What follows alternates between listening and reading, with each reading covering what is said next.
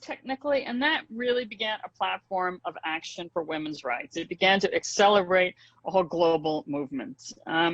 We also had CEDAW, the Convention on the Elimination of All Forms of Discrimination Against Women, which is signed by almost every country in the world, but not the US. All of these things were really accelerating change. In 2010, just 10 years ago, UN Women was founded. It brought together a number of agencies. And the role of UN Women is really to bring together all these issues on a global scale. So there was a great deal of attention coming up. Where are we today? Before we just congratulate ourselves on all these many changes, where are we today? Well, we have a great gender gap. I think, again, some of you may know, I'm sure many of your members are very informed. They follow these things. We definitely have a huge gender gap. You can see here, beginning in marriage, unpaid work, less opportunity. This is global. So we know we've got a problem. In no country do we have equality. Excuse me. This happens in some countries. It's manifested differently. In some areas more than other areas. And I want to talk a little bit about where we're making the most progress and where we have less progress. But first, let's take a look at the countries. This is a shorthand. It gives you an idea where the US stands. Out of 153 countries, we are 53rd. And again, we've got phenomenal data now. The World Economic Forum tracks this. So we're not really doing very well, considering reasons why we should be doing better. Even the vaunted Nordic countries, which are doing much better, none of them are parity. So when I say equality exists nowhere on earth, that gives you an idea. And obviously you can see all the countries elsewhere, but that gives you some idea of what we're looking at. Where are we making progress and where are we not? Well, this says the global gender gap is 68% closed, which of course means it's 32% not closed. We've made the most progress globally in education and health. You can see the two boxes in the middle of the bottom. The orange, the purple indicates closer to parity. So education really pushed by enrollment in primary and secondary schools around the globe. Health, that's a huge changes in maternal mortality around the globe. So those things are incredibly important. Where we are not doing well at all is economic participation over on the left, and political empowerment is really pretty dismal. That might not come as a surprise to some people because those have to do with money and power, and money and power are not equal by a long shot. We could go through a very big laundry list of the ways in which inequality is manifested, but I suspect that you're all very informed about some of these, so I want to talk about just two areas in particular that some people don't think about as much. Again, we know there's huge gaps in things like unpaid labor. The care burden for women is either twice as much as men, all the way up to 10 times as much, depending on the country. So women share an inordinate amount of unpaid work, and that affects everything else in their life. We do see a lot of publicity about this. In the US, we see a lot of publicity about pay inequities and why women don't make as much, and there's been a lot of attention focused on that. So there are many areas, but two areas I think you might not be as aware of that I think are worth focusing on. One of them is the wealth gap. So we talk about the income gap. We hear about that. In the US, women earn their income is about 77 cents to the dollar. Obviously, this isn't average, but the wealth gap is phenomenal. In the US, women have assets that are only about 32 cents to the dollar. Now, what this means is women have fewer savings, and you need some savings to really have long-term security. You need wealth to build wealth. You need it for your families. So the wealth gap is really huge. In the US, that's often because women are less eligible for employer benefits, healthcare, that sort of thing. They tend to work more part-time jobs. They have less access to the tax subsidies that accrue with assets. We have a system where if you have assets, it's easier to build more wealth. And they're more likely to be caring for children and elderly, which limits their ability to save. So we have a huge wealth gap. Also, one thing you might not be aware of, I think some of you who know the AAUW will know, but student debt, which we hear a lot about, 2/3 of student debt in the US is held by women. It is not equal. And since we know that women don't make as much when they move into the labor force, knowing that they come in with more debt is not a particularly inspiring cycle.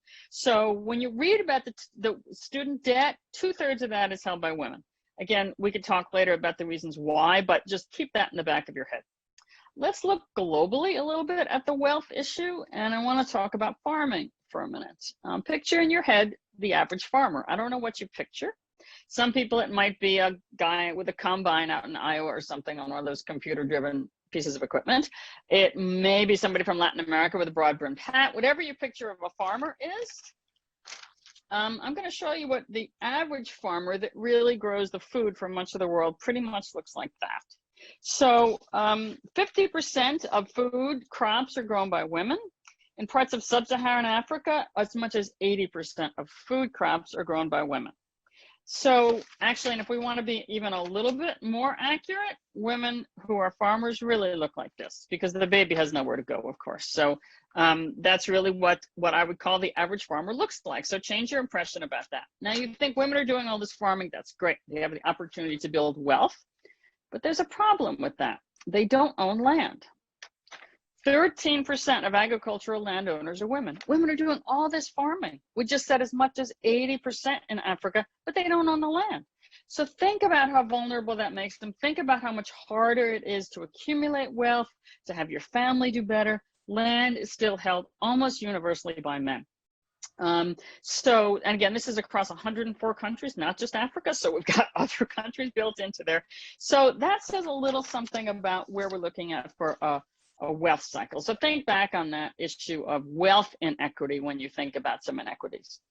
Another area of inequity that I want to talk about that people aren't as aware of is the menstruation taboo.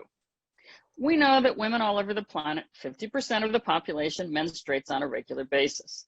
This is one of the oldest and most discriminating taboos still out there on the planet. This photo is from Nepal, and I don't mean to pick on Nepal, a country I love. Something similar exists in much of South Asia. It's a menstruation hut where women are sent during their time of the month. As you might imagine, this has an incredibly inhumane message, to say nothing of being physically debilitating. There are always stories of women dying in the winter from smoke inhalation, trying to stay warm, etc.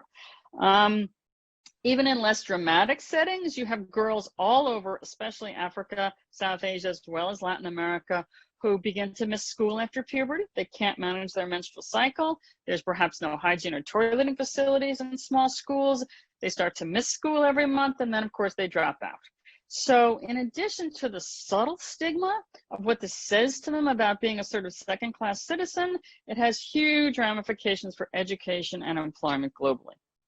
And lest you think this is just a problem of the global South, I will remind people that in the US, there are 30 states, which have taxes on feminine hygiene products. I'm sure you know that things which are necessities are not taxed. Only things which are quote unquote luxuries are taxed in most states.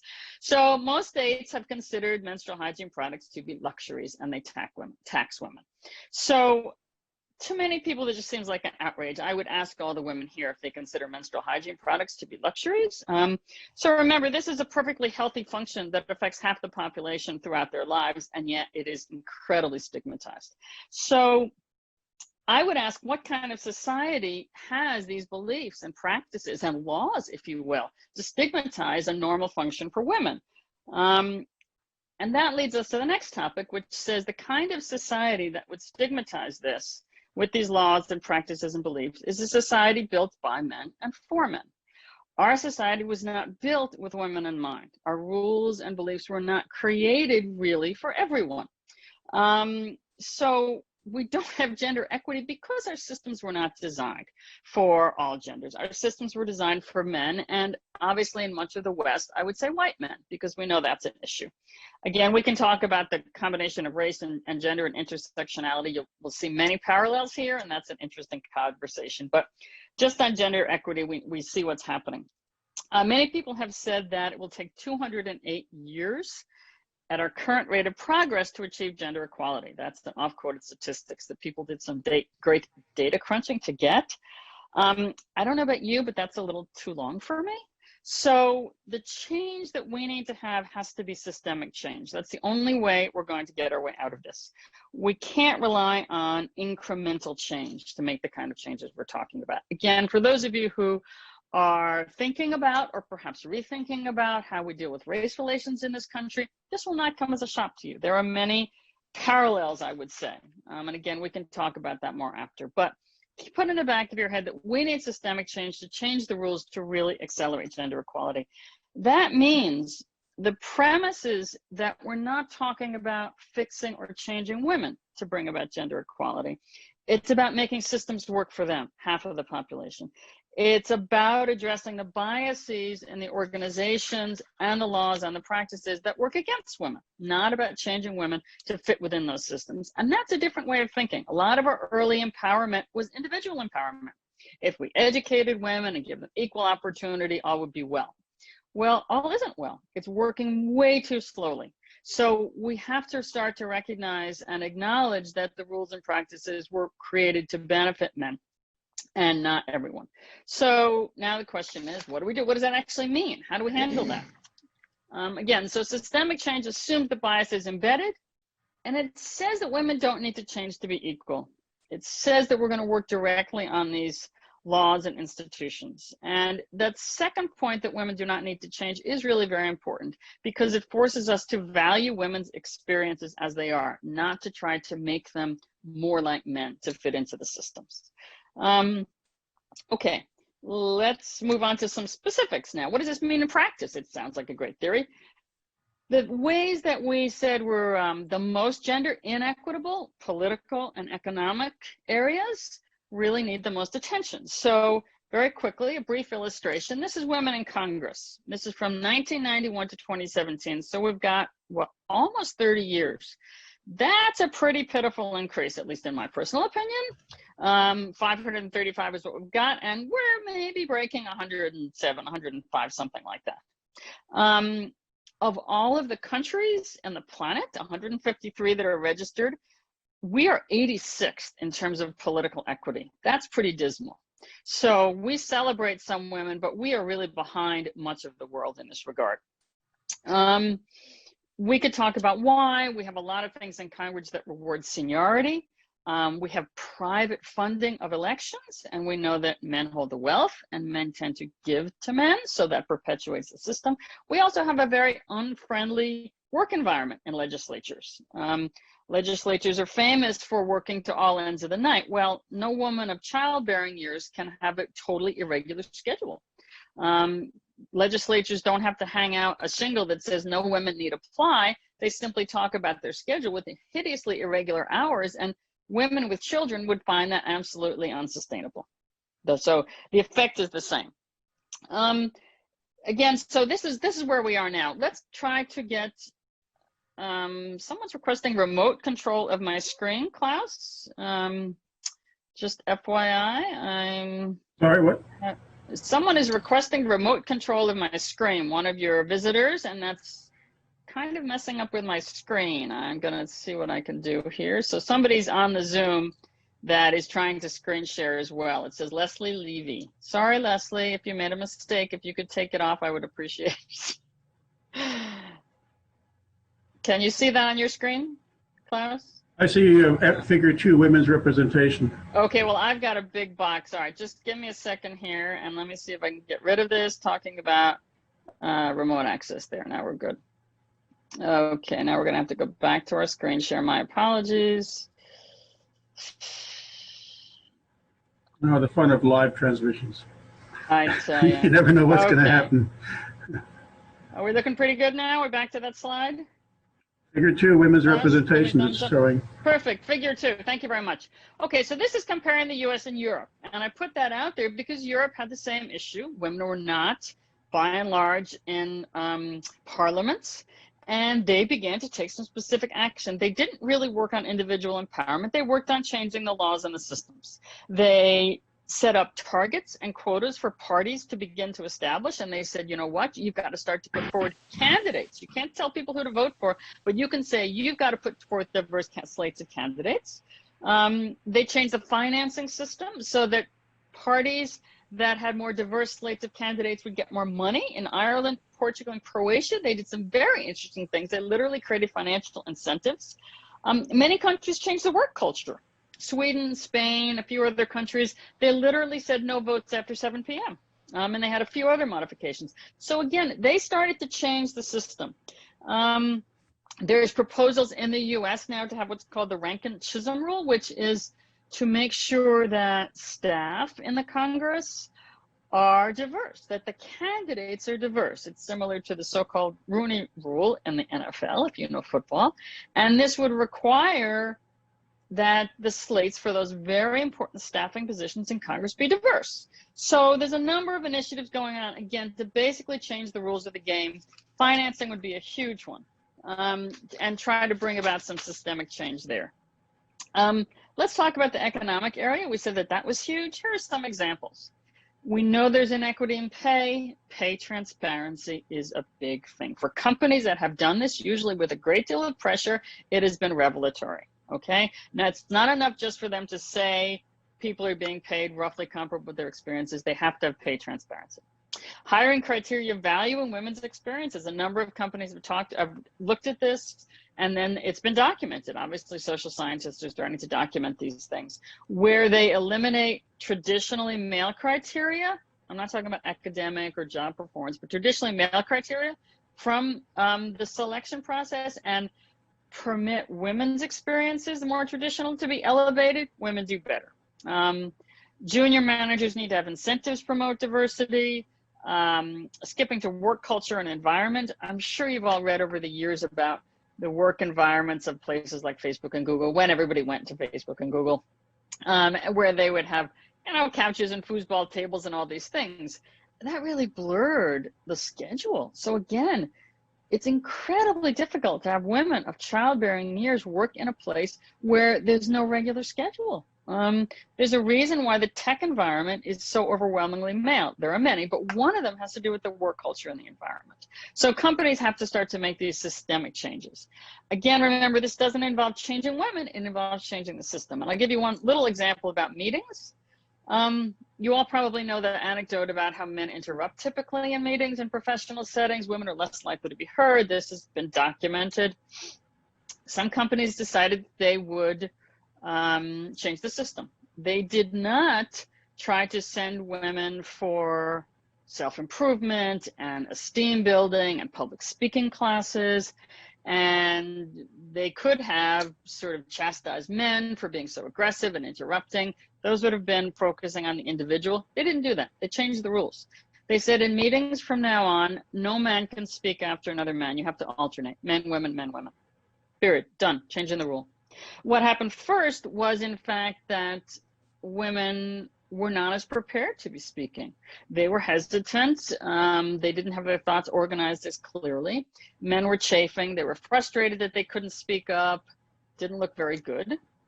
Companies that stuck with it, though, what did they find? They found that as a space was held for women, women knew they were going to be listened to. Lo and behold, of course, they had good ideas, and they brought them to the table. And men realized that they had to listen. They weren't thinking about what they were going to say next. They became better listeners. They listened to everyone, men and women included. Workplace environment improved. Everybody heard one another thoughtfully, methodically. Results were better. You were bringing more ideas to the table. You were valuing women's experiences and saying, we're going to hold a space for that. We don't need to change you. We're going to change the system. So that's a very interesting example you could think about. There are many other arenas where we could talk about system change. I'm going to just fast forward that a little bit. We can come back to any of those if you would like, in the interest of time, because I do want to talk about what we can do. I'm a big believer in activism. I don't like people to leave without knowing what they can do. Of course, the first one is support systemic change. So whenever something happens, think about how are the rules and the practices and the environment set up to discriminate against women. Don't automatically assume that there aren't enough women for a job or they're not prepared enough. Look at the system, because we know that bias is baked into it. That's the first and most important, so it's highlighted. The second one is combat gender stereotypes. My good friends from UN Women chapter will have heard this before, but you know, we're really big on not letting references or stereotypes slide.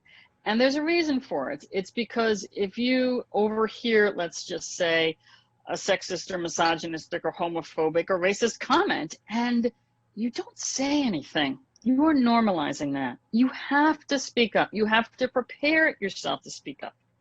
You can use humor, you can talk to the person privately, whatever you're comfortable with. But to the extent that we sort of laugh those things off, especially when it's pretending to be a joke, is not okay. It's not working for us. Another one is language. Watch language in public places. And I'll give you a quick example. You all remember Jeffrey Epstein, the financier who was accused of molesting young girls and trafficking them, and obviously died in prison. When his case first came up, a number of reputable news organizations, their headlines said something to the effect of that he was accused of, he was accused of unwanted sex with underage women. So think about that. Unwanted sex with underage women. These were reputable news organizations that said that. Now, unwanted sex is rape or molestation, depending on the act. And an underage woman is a child, last time I checked, a girl child specifically. So we can't call, apparently, because he's a wealthy white man, we can't call Jeffrey Epstein a child rapist for some reason in the New York Times and the Washington Post. We have to say he was engaging in unwanted sex with underage women. So luckily, many feminists, thank you very much, got right on those newspapers. So watch for that stuff. Don't let that slide. Next, advocate for women in public spaces. This is something we all can and should do, I firmly believe. Women are discriminated against in film, in art world, in books. If you go to museums, I'm sure many of you do, when we can go to museums again, you may be volunteers, you may be benefactors. You know, art is about, art by men is about 93% of works hanging on most walls of most museums. So enjoy your museum, but make a point of stopping and telling them or emailing them and saying, hey, I love to come to your museum. I'm happy to volunteer, but we need some more works by women. They will not do it on their own unless you tell them. When you go to your bookstore, look at the table, okay? I think some of the bookstores are opening up again. Look at the table. Are all the titles by men? Go to that bookstore and say, you know, I'd really love to see some more titles by women. It doesn't take anything. It's free. They need to hear it or they will not voluntarily change. We run a film festival, as some of you have mentioned. It's really important to support women in film. Men make the vast majority of films, and so it's in their image. Go to your film society and say, we want to see more films by women. The next one, be a conscious consumer and investor, obviously consuming from companies, but investing, you know, if you have any savings, maybe you've got some investments, you can screen for companies that are doing better in gender equity. And for many people, even if you're not extremely wealthy, for many people, that's the biggest difference they can make, is to put their money where their beliefs are. Put their money in socially responsible assets. It is not hard. You'll get the same returns. But if people don't speak up, the same way that they might if, for example, perhaps they don't want their investments in gun stocks or tobacco, okay? You can do that for gender. Finally, support gender equity organizations. We've just said that these problems affect half of the global population and they are grossly underfunded. For every $9 that goes to an alumni organization, educational institution, $1 goes to a women's organization. And of that $1, 90% is for reproductive health. So we got about 10 cents left for everything else that we need to work on. Remember, gender equity helps everyone. It's not just helping women, it's helping everyone. It helps societies. So support your gender equity organizations. UN Women, I love UN Women. I know some of my UN Women chapter friends are here. The first two are the most important. They're 4 generally grouped areas because they know how to focus on the big stuff. Equal leadership, political participation, we've said that's most important. Income security, work, economic autonomy, that's second in importance. So they can work with governments and legislation on all these systemic change issues that we need to have happen. So that's why I'm a supporter. There are many other organizations though. Anybody can email me, I'll give you 10 or 15 if you don't want UN Women, but we have a local chapter. If you'd like to get in touch with us, we would love that too. I'm going to give you one final example because I don't want anyone to go home and think that systemic change is not possible. And this example is outside the gender equity world. I have a really, really dear friend who's in her 90s who lives in Manhattan. And many years ago, she really needed a walker or a wheelchair to get around Manhattan. She enjoyed going to the theater and everything else. It was possible. It was possible because we had the ADA, the Americans with Disabilities Act, in about 90 or 91. So when the Americans with Disabilities Act was passed, and we said, hey, we've got to be able to improve the life of those with disabilities, especially those with mobility issues. What did they do? Did they address people with wheelchairs or walkers and say, you know, you need to go for some like self-esteem workshops, and we're going to get you a mentor so that you can really improve yourself, and you just need to sort of envision mobility differently and then you'll improve? Did we do that? Of course we didn't do that. We created hydraulic buses that would kneel down to the level of where people needed to be able to roll on. We changed the damn bus. We did not change the people. So before you tell me that systemic change is not possible for either racism or gender equity, remember that we changed the bus to meet these people. So people need to be creative and think about the kinds of things that can be done to bring about systemic change. There's my list. There's our website if you're interested in our organization. Linda and Klaus, I apologize if I went off time. My clock was a little different because we started late, but I'm going to turn it back over to you to talk about anything